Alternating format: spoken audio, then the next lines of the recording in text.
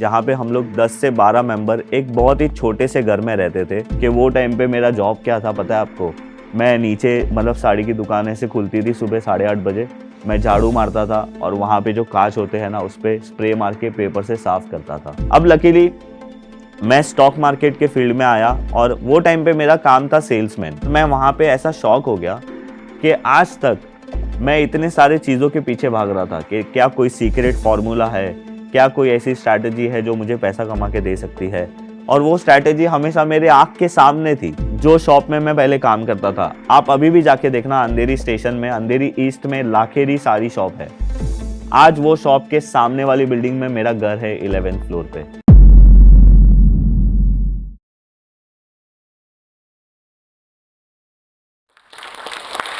नमस्ते दोस्तों, मेरा नाम है विजय ठक्कर और मैं हूं एक स्टॉक ब्रोकर और आप बोल सकते हो कि एक momentum short term trader. But अगर आप यही चीज़ मुझे 7-8 साल पहले पूछते तो मेरे पास लाइफ में कोई गोल नहीं था। और अगर मैं आप लोगों को मेरी हिस्ट्री बताऊं, अगर आपको मेरे बारे में जानना है तो आप लोगों को मैं थोड़ा पीछे लेके जाता हूं मेरी स्कूलिंग और मेरी फैमिली लाइफ से।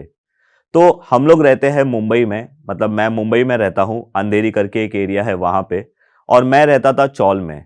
और हम वहाँ पे जॉइंट फैमिली में रहते थे जहाँ पे हम लोग 10 से 12 मेंबर एक बहुत ही छोटे से घर में रहते थे। और छोटा मतलब क्या, मैं आप लोगों को बोलूँ तो 10 बाय 10 का घर होता था वो। बट मैं हमेशा ये सोचता था कि यही मेरी लाइफ है और ये मेरे लिए मस्त है, सही है, क्योंकि वो टाइम पे मुझे ज़्यादा कोई चीज़ों के बारे में पता नहीं था।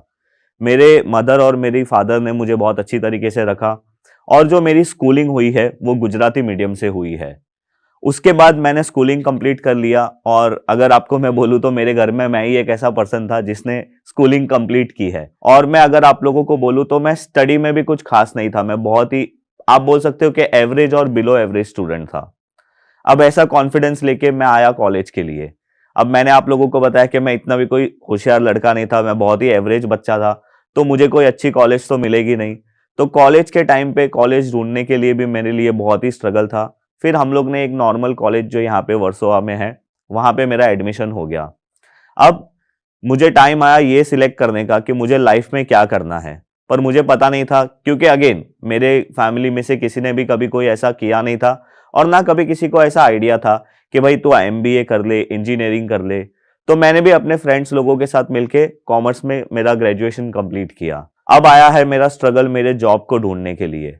अब जॉब ढूंढने के लिए ये डिफिकल्टी होती थी कि मैं तो एक नॉर्मल कॉमर्स ग्रेजुएट था और वो टाइम पे मुझे अभी पता है कि 2008 में बहुत ही बड़ी क्राइसिस चल रही थी, ग्लोबली रिसेशन चल रहा था।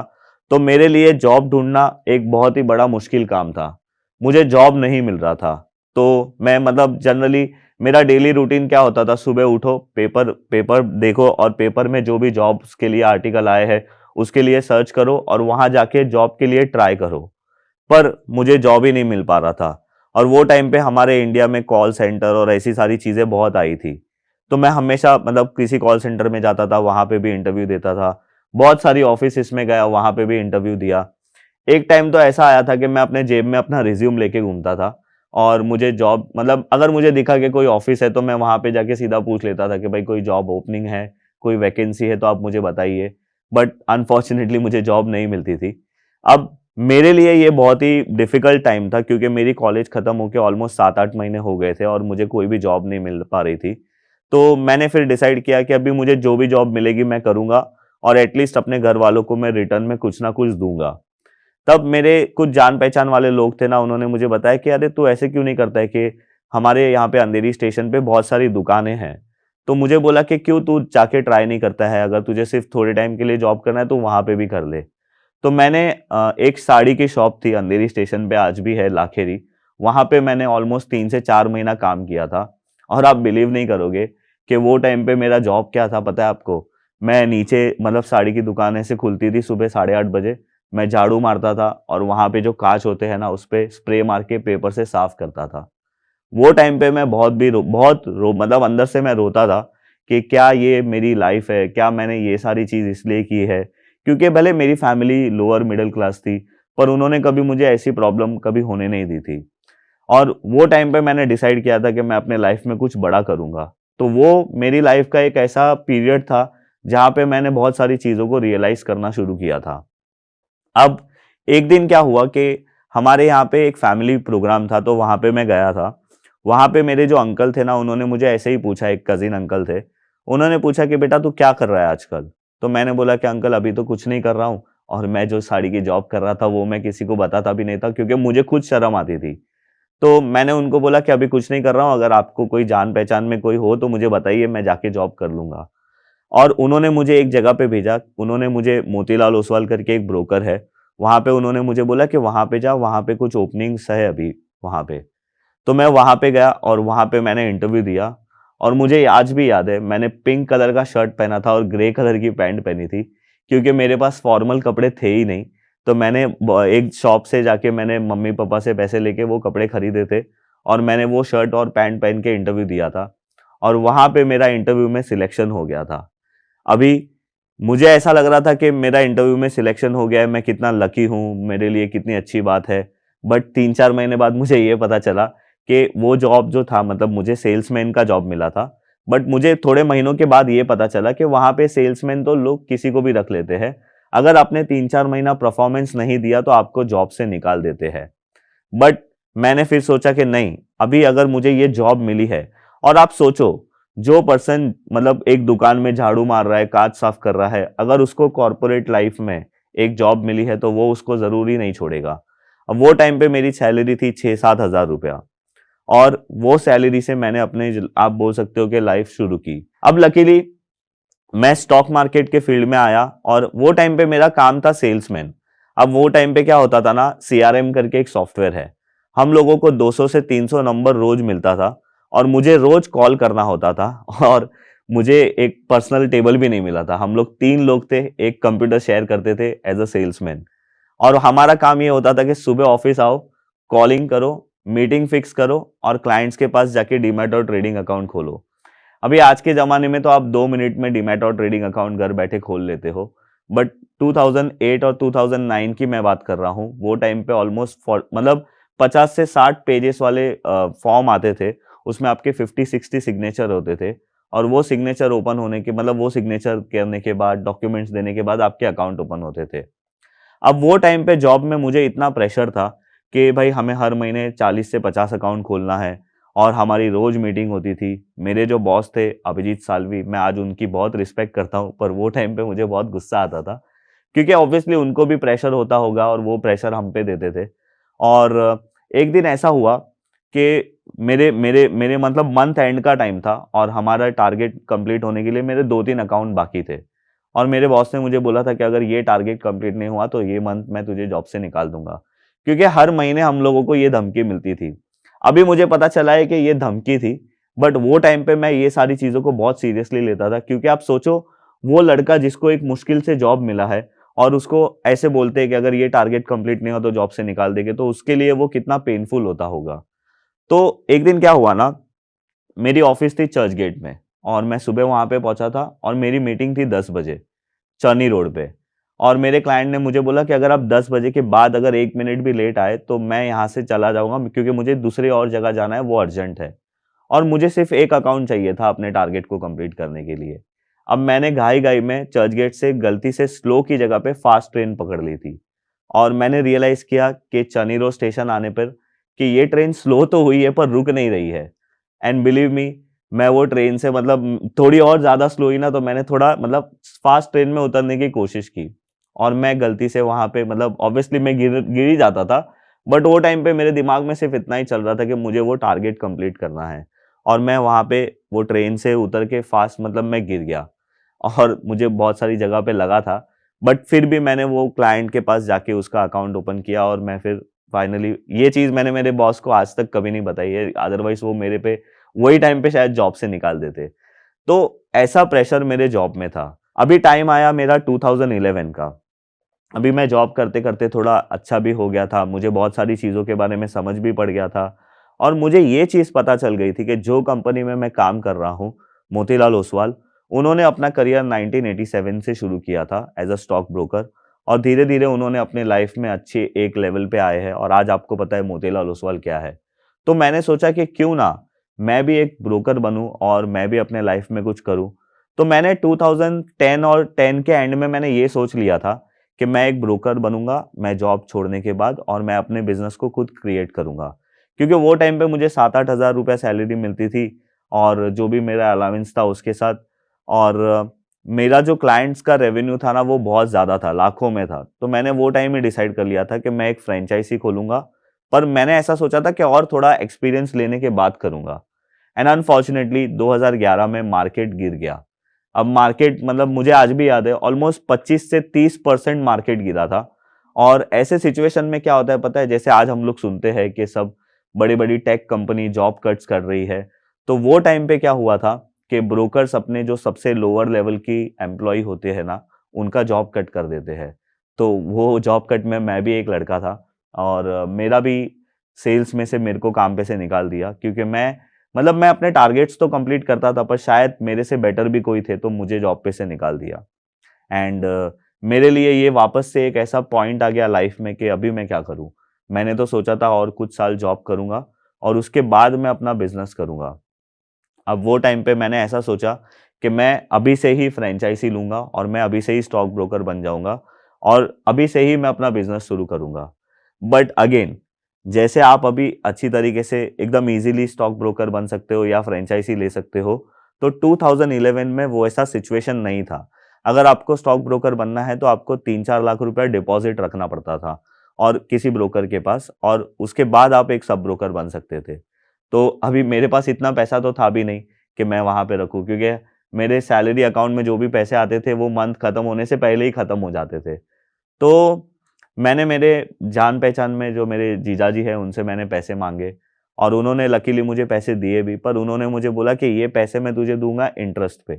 तो मैंने बोला ठीक है, मैं आपको पैसे रिटर्न कर दूंगा 2-3 साल में। और मुझे एक कॉन्फिडेंस तो अंदर से था ही कि मैं ये बिजनेस अच्छे तरीके से कर लूंगा। अब ये टाइम पे जो है ना मेरी शादी भी हो गई थी, बिकॉज मैं और मेरी वाइफ हम लोग एक दूसरे को अच्छी तरीके से जानते थे मेरे जॉब के टाइम से, और हम लोग ने 2011-2012 तक हमने शादी कर ली थी। और ये सिचुएशन मेरे लिए ऐसा हो गया था कि मेरी जॉब भी छूट गई है और मेरी शादी भी हो गई है, क्योंकि हम लोगों को पता नहीं था कि ऐसा कुछ होने वाला है। अब मेरी वाइफ जो है वो सिविल इंजीनियर थी, तो वो मुझे प्रॉब्लम नहीं होता था। वो टाइम पे जो भी उसकी बेसिक सैलरी थी उससे हमारा घर धीरे धीरे चल जाता था। और जैसे मैंने आप लोगों को बताया कि मैं एक जॉइंट फैमिली में रहता था, तो एक फैमिली सपोर्ट मेरे पास हमेशा था। एंड फिर मैंने अपने बिजनेस को शुरू किया। अब यहाँ पे मैंने एक चीज नोटिस की कि मुझे तो सिर्फ सेल्स आता था, मुझे सिर्फ ये आता था कि क्लाइंट्स को कैसे लाना है। बट मुझे स्टॉक मार्केट का नॉलेज तो नहीं था, क्योंकि हमारे फील्ड में मैंने सिर्फ सेल्स का ही काम सीखा था। एक सेल्समैन को कोई ऐसा तो नहीं सिखाएगा ना कि स्टॉक मार्केट क्या होता है।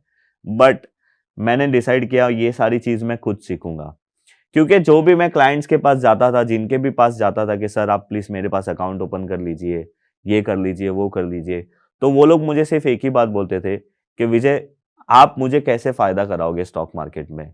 और ये चीज मुझे हमेशा प्रॉब्लम देती थी। अब यहाँ पे मैंने डिसाइड किया कि बॉस, मैं अगर किसी क्लाइंट के पास जा रहा हूँ तो मैं उनका अकाउंट खोलने के पहले मैं पहले खुद भी तो सीख लूँ, जिनसे मैं उनको गाइड कर सकूँ स्टॉक मार्केट के अंदर। तो मैंने डिसाइड किया कि मैं बहुत सारी चीजें सीखूंगा स्टॉक मार्केट में। और अभी जिस तरीके से बहुत सारे यूट्यूब चैनल है, जिस तरीके से बहुत सारे लोग ऑनलाइन अपना नॉलेज शेयर करते हैं, वो टाइम पे तो यूट्यूब भी इतना मतलब लोगों को पता नहीं था, और इंटरनेट होना ही एक लग्जरी होता था वो टाइम पे। एंड मैं क्या करता था, फिर ऑफिस में इंटरनेट होता था तो मैं ऑफिस से बहुत सारी चीजें ढूंढने की कोशिश करता था। और वो टाइम पे मैं 7-8 बजे तक तो अपना जो बिजनेस है, जो कॉलिंग है कंटिन्यूसली क्लाइंट के लिए, वो करता था। और उसके बाद मैं सीखने की कोशिश करता था। अब स्टॉक मार्केट में सीखने के लिए बहुत कुछ है। एक है फंडामेंटल एनालिसिस और एक है टेक्निकल एनालिसिस। अब मैंने आप लोगों को बोला कि मैं स्टडी में इतना अच्छा नहीं था, तो मैंने डिसाइड कर लिया था कि मैं फंडामेंटल एनालिसिस नहीं सीखूंगा, क्योंकि शायद वो मेरे लिए था ही नहीं। और मैंने डिसाइड किया मेरे को टेक्निकल एनालिसिस सीखना है। वहां पे क्या होता था ना कि प्राइस को देख के बहुत सारी चीजें होती थी, और हमारे ऑफिस में एक दो ऐसे लोग थे जो ये सारी चीज करते थे। तो मैंने उनको रिक्वेस्ट किया कि आप मुझे सिखाइए। तो उन्होंने धीरे धीरे मुझे सिखाना शुरू किया। और पहले मैंने आरएसआई सीखा। अगर आप स्टॉक मार्केट से हो तो ये सारी चीजें आपको पता होगी, इंडिकेटर्स बोलते हैं इसको। पहले मैंने आरएसआई सीखा, फिर बॉलिंजर बैंड सीखा, फिर स्टोकेस्टिक सीखा, फिर पैराबोलिक स्टॉप एंड रिवर्स सीखा, और पता नहीं मैंने मूविंग एवरेज क्या क्या सीखा। एक टाइम पे मेरे चार्ट्स में इतने सारे इंडिकेटर्स थे ना कि मतलब मुझे प्राइस कभी दिखता ही नहीं था, सिर्फ इंडिकेटर्स ही होते थे। अब ये टाइम पे क्या हो गया कि मैं नई स्टडी सीखता था, उसको अप्लाई करता था और अपने बिजनेस को धीरे धीरे ग्रो करने की कोशिश करता था। 3-4 महीने वो स्टडी चलती थी और फिर फेल हो जाती थी। फिर मैंने सोचा कि अरे यार ये क्या बात हुई, आरएसआई इतना अच्छा है, ये फेल क्यों हो रहा है। फिर वापस से मैंने बॉलिंजर बैंड को अप्लाई किया, उसको स्टडी किया, अप्लाई किया अपने बिजनेस में, फिर वो फेल हो जाता था। अब जभी भी मैं आपको बोल रहा हूँ ना फेल हो जाता था, उसका मतलब ये है कि मैंने अच्छे खासे क्लाइंट्स बनाए हैं और वो क्लाइंट्स को नुकसान हो जाता था और मेरा बिजनेस फिर से डाउन हो जाता था। आप इमेजिन करिए कि एक आदमी है जिसने अपना जॉब भी छोड़ दिया है, जो अभी अपना बिजनेस कर रहा है as a franchisee, as a stock broker, और उसका हर 4-5 महीने में उनके क्लाइंट्स खत्म हो रहे हैं। और आप सोचिए मैं अकेला था, मैं खुद सेल्स करता था, मैं खुद क्लाइंट्स को हैंडल करता था, मैं खुद सर्विस करता था, मैं सारी चीजें करता था। तो वो लेवल मेरे लिए इतना स्ट्रेसफुल था। मेरे लिए मंथली मतलब 10,000 भी कमाने के लिए ना, अगर मैं किसी मंथ 10,000 कमाता था तो मेरे लिए वो बहुत ही बड़ी बात हो जाती थी। तो ऐसे तो मैंने बहुत सारी चीजें की और ऐसे करते करते मेरे लाइफ में 4-5 साल आगे निकल गए। मर मैं अभी भी स्ट्रगल कर रहा हूँ। मुझे यही नहीं समझ में आ रहा है कि स्टॉक मार्केट में पैसे कैसे कमाते हैं और ऐसी कौन सी चीज है जिसको फॉलो करने से स्टॉक मार्केट में आप पैसे कमा सकते हो। अब ये टाइम पे ऐसा हो गया कि मेरी वाइफ प्रेग्नेंट थी और ये मैं आप लोगों को बात कर रहा हूँ 2016-17 की। और वो टाइम पे ऐसा हुआ कि अभी हम लोगों को हॉस्पिटल में एडमिट होना पड़ा और मेरी वाइफ की डिलीवरी हो गई। 2017 में मेरी छोटी सी बेबी है वो आई हमारे लाइफ में। और आप बिलीव नहीं करोगे, अभी भी मैं अपने बिजनेस में स्ट्रगल कर रहा था और इतना तो बिजनेस हो रहा था जिससे घर चले और जिससे हमारी बेसिक नेसेसिटी कंप्लीट होती थी। बट मेरे पास हॉस्पिटल का जो बिल है वो पे करने के लिए पैसे भी नहीं थे। अब लकीली मैंने आपको बताया था कि मेरी वाइफ इंजीनियर थी, तो उसकी जो सेविंग्स थी उससे हमने बिल पे किया। और उसके बाद मतलब अगेन मेरी लाइफ में ये सेकंड ऐसा इंसिडेंस था, वो मैंने आपको जो शॉप वाला बताया उसके बाद, कि मुझे फिर से ऐसा लगा कि मैं क्या कर रहा हूँ। मतलब मैं इतने साल से स्टॉक मार्केट में मेहनत कर रहा हूँ, अभी तक मुझे कुछ चीजें पता क्यों नहीं चली है। मैंने सारी चीजों को अप्लाई करके देखा है, जिसने भी मुझे बोला है कि ये स्ट्रैटेजी को फॉलो करो, ये स्ट्रैटेजी से पैसे बनते हैं, वो स्ट्रैटेजी को फॉलो करो, वो स्ट्रैटेजी के पैसे बनते हैं, मैंने सारी चीजें अप्लाई करके देख ली है। अभी तक मेरी लाइफ में मुझे सक्सेस क्यों नहीं मिल रही है। ऐसा नहीं है मैं पैसा नहीं कमा रहा था, बट मैं बहुत ही बेसिक पैसा कमा रहा था जिससे हमारी लाइफ चले और बहुत सारी चीज हो। और यही टाइम पे जब मेरी मेरी वाइफ प्रेग्नेंट थी, वही टाइम पे मुझे समवेयर अराउंड 20 लाख का लॉस भी हो गया था स्टॉक मार्केट में ही। अब ये लॉस कैसे हुआ था, मेरे पास जो भी सेविंग थी मैं उसको अपने इन्वेस्टमेंट में लगा देता था और मैं खुद स्टॉक ब्रोकर था। और वो टाइम पे स्टॉक ब्रोकर आपको 20 टाइम्स 30 टाइम्स लिमिट देते थे और मैंने लिमिट लेके कुछ बड़ा ट्रेड कर दिया, जो ट्रेड बहुत ही गलत हो गया। मतलब मुझे आज भी याद है, वो स्टॉक का नाम था रोल्टा और उसने एक दिन 20% सर्किट लगाया था। और अभी तो मैं कभी भी ऐसे वाले स्टॉक्स को हाथ नहीं लगाता हूँ, बट वो टाइम पे मुझे पता नहीं था और वो टाइम पे मैंने उसको लोअर सर्किट में बाय कर लिया था और कंटिन्यूसली वो स्टॉक 3-4 दिन तक और लोअर सर्किट लगाते गया था और मैं सिर्फ देखते रह गया। मेरे जितने भी पैसे थे, जो भी मैंने रिस्क लिया था, मैं ज्यादा कमाने के चक्कर में गया था और मुझे बहुत बड़ा लॉस हो गया। अब अगेन एक ऐसा पर्सन जिसके लाइफ में अभी तक मतलब वो बेसिक पैसा कमा रहा है और उसकी लाइफ में मतलब सेविंग नाम की कोई चीज नहीं है, ऊपर से लॉस हो गया, तो आप सोचो कि उसके ऊपर क्या बीती होगी। बट जैसे तैसे मतलब मैंने अपने ब्रोकर को बोला कि भाई मैं आपके साथ ही हूं, मैं जैसे जैसे बिजनेस करूंगा आप उससे माइनस कर लेना। और ये सारी चीजें चलती गई। अब मेरे लाइफ में एक ऐसा पॉइंट आया ना जब मैंने डिसाइड कर लिया था कि नहीं भाई मुझे कुछ अच्छा करना है और मुझे स्टॉक मार्केट में मेरे नाम को बहुत आगे करना है। बिकॉज अब बहुत सारी चीजें स्टडी करके देख ली। अब आप बोल सकते हो ना कि एक सक्सेसफुल आदमी को कभी भी आप पूछोगे ना कि भाई आप सक्सेसफुल कैसे बने, तो शायद वो आपको बताएगा कि मैंने ये सारी चीजें गलती से मतलब मैंने ये सारी चीजें की है और इसमें मैं फेल हुआ हूं और ये सारी चीज आप मत करना, इससे मोस्ट प्रोबेबली आप जल्दी सक्सेसफुल बन सकते हो। तो मुझे पता चल गया था कि मुझे अभी क्या नहीं करना है और मैंने डिसाइड कर लिया कि भाई जो चीज मैंने आज तक फॉलो की है मुझे वो चीजों को फॉलो नहीं करना है। और मैंने फिर है ना एक दिन क्या किया, अपने चार्ट्स में जाके सारे इंडिकेटर्स को डिलीट कर दिए और आप बोल सकते हो कि ये गलती से भी हुआ था, हमारे यहाँ पे आईटी वाले की गलती से। और मैंने फिर लिटरली देखा सिर्फ प्राइस को, और मैं वहां पे ऐसा शॉक हो गया कि आज तक मैं इतने सारे चीजों के पीछे भाग रहा था कि क्या कोई सीक्रेट फॉर्मूला है, क्या कोई ऐसी स्ट्रैटेजी है जो मुझे पैसा कमा के दे सकती है। और वो स्ट्रैटेजी हमेशा मेरे आंख के सामने थी, पर मैं उसको कभी देखता ही नहीं था। मैं क्या देखता था, आरएसआई क्या है, बॉलिंजर बैंड क्या है, कौन सा मूविंग एवरेज क्या बोल रहा है। मैंने कभी प्राइस को ध्यान से देखा ही नहीं, जो आप सोचो एक आदमी रोज देखता है। तो मैंने डिसाइड किया कि अभी से मैं सिर्फ प्राइस को देखूंगा और मैं प्राइस को फॉलो करूंगा, जिसको हम लोग स्टॉक मार्केट में प्राइस एक्शन एनालिसिस बोलते हैं।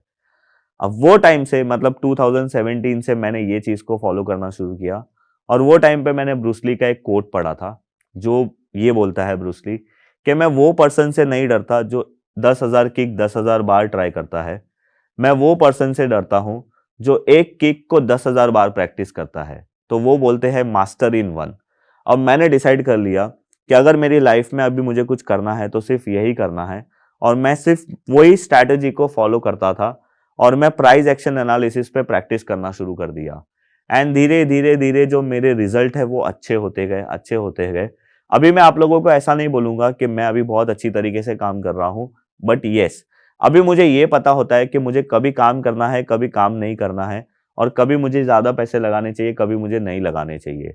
तो ये प्राइस एक्शन और वॉल्यूम एनालिसिस को फॉलो करने के बाद मैंने अपने लाइफ में, आप बोल सकते हो कि एक स्टेबिलिटी आई। अभी मेरा बिजनेस भी अच्छा है।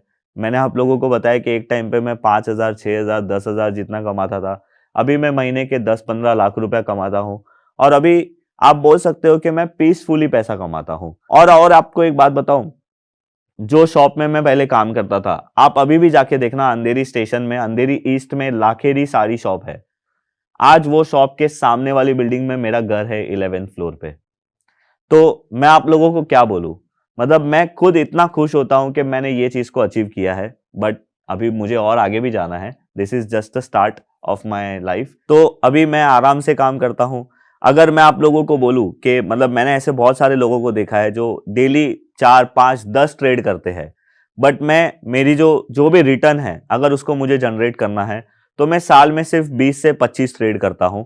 और आपको ऐसा लगेगा ये कैसे पॉसिबल है, बट ये पॉसिबल है अगर आप टाइम फ्रेम को बड़ा कर दो। मैं पहले ट्रेड करता था और मैं पहले लोगों को सजेस्ट करता था, क्योंकि मैं देखता था ना कि इंट्राडे ट्रेड करना चाहिए, इंट्राडे ट्रेड से बहुत फायदा होता है। तो मैं पहले 5 मिनट टाइम फ्रेम देखता था, 15 मिनट टाइम फ्रेम देखता था, 3 मिनट टाइम फ्रेम देखता था, और क्या पता क्या क्या और सारी चीजें करता था। बट मैंने एक चीज नोटिस की, फिर से मेरे दिमाग में वो आया था कि भाई मोतीलाल ओसवाल और रामदेव अग्रवाल लाइफ में इतने सक्सेस कैसे उनको मिला। और मुझे पता चला कि वो कभी भी छोटे टाइम फ्रेम की तो बात ही नहीं करते हैं, वो हमेशा बड़े टाइम फ्रेम की बात करते थे। तो सिंपली फिर मैंने क्या किया, अपने चार्ट में मैंने पहली बात तो प्राइस एक्शन और वॉल्यूम को फॉलो करना शुरू किया, जिसको मैं बोलता हूं मास्टर इन वन। एक ही स्टडी पे मैं प्रैक्टिस करता था, और मैंने जो मेरा टाइम फ्रेम है उसको वीकली और मंथली पे कर दिया। अब इससे क्या हो गया, जो बहुत सारी नॉइज होती है वो कम हो गई, मतलब डेली बेसिस की न्यूज, ये सारी चीजें आपको कम इम्पैक्ट करने लगी। आपके जो नंबर ऑफ ट्रेड्स है वो भी कम हो गए, और आपकी जो एक्यूरेसी है वो ऑटोमेटिकली बढ़ गई। बट बिलीव मी, मैंने ये मतलब कभी गोल मेरा था ही नहीं, मैंने लाइफ में मैंने कभी ये सोचा ही नहीं था। बट मैं सच में अभी अच्छा बोलूंगा, जो भी मैंने अपनी लाइफ में स्ट्रगल किए, हर स्ट्रगल से मैंने कुछ ना कुछ चीजें सीखी, और मैंने लाइफ में डिसाइड कर लिया था कि मुझे अपना बिजनेस करना है, और मुझे महीने में ये 10,000 20,000 रुपए नहीं कमाने, मुझे बहुत अच्छे पैसे कमाने हैं। और बिलीव मी, अभी मैं वो कर रहा हूं। और मैं आप लोगों को सिर्फ इतना बोलूंगा कि आप लोगों को पता है पहले, सबसे पहले आप लोगों को क्या चेंज करना है। सबसे पहले आप लोगों को जो चेंज करना है वो है आपका माइंडसेट। अगर आप कभी ऐसा सोचोगे ही नहीं कि मुझे लाखों पैसे कमाने हैं, मुझे हर महीने 10 लाख 20 लाख कमाने हैं, तो आप कमाओगे ही कैसे। पहले आप ये बिलीव करना शुरू करो कि मुझे ये करना है। मैं हमेशा ये बात में मानता हूं, आस्क, बिलीव एंड रिसीव। अगर आप ये चीज फॉलो करोगे तो आप लाइफ में बहुत सारी चीजें कर सकते हो।